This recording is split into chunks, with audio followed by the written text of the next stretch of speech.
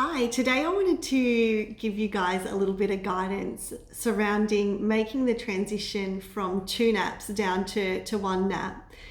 Help make things a little bit more smooth for you. It can be quite a big transition for our little ones to go through.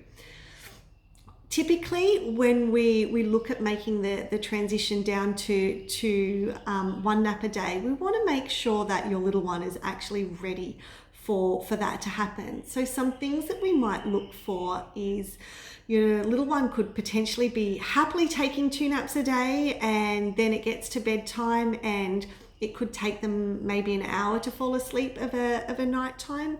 During that hour, they might be happily lying there, just chatting to themselves, playing with their hands, playing with their comforter, and then they'll just happily drift off to sleep.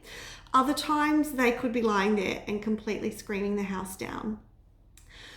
Another sign that you might look for is your little one is refusing that second nap of the day. Again, they will happily take that first nap of the day without any dramas, but then just flat out refuse that second nap of the day. So that really is a clear indication that your little one is not needing that second nap. So when you're seeing those signs, you want to be seeing them on a consistent basis. So look at it over a 2-week period. If you're seeing it happen more often than not, so 5 times out of 7, they're refusing that second nap, or they're starting to refuse their bedtime or protest it, bedtime will take a long time to fall asleep, then that's when you want to be making that transition. We typically see this transition happen somewhere between 14 and 16 months of age. However, it can happen as early as 12 months of age or as late as 18 months of age. So making that transition down to one nap a day, you're really wanting that nap to fall in the middle part of their day. So somewhere around 11:30, okay, and that will help even out their daytime hours. If when your little one is on 2 naps a day, if those naps are falling somewhere between 9 and 10 a.m., you're going to want to make that transition to that one nap at 11:30 really quite slowly. Don't do it in all your one big hit, because their little bodies are simply not going to be able to cope with such a large amount of awake time instantly.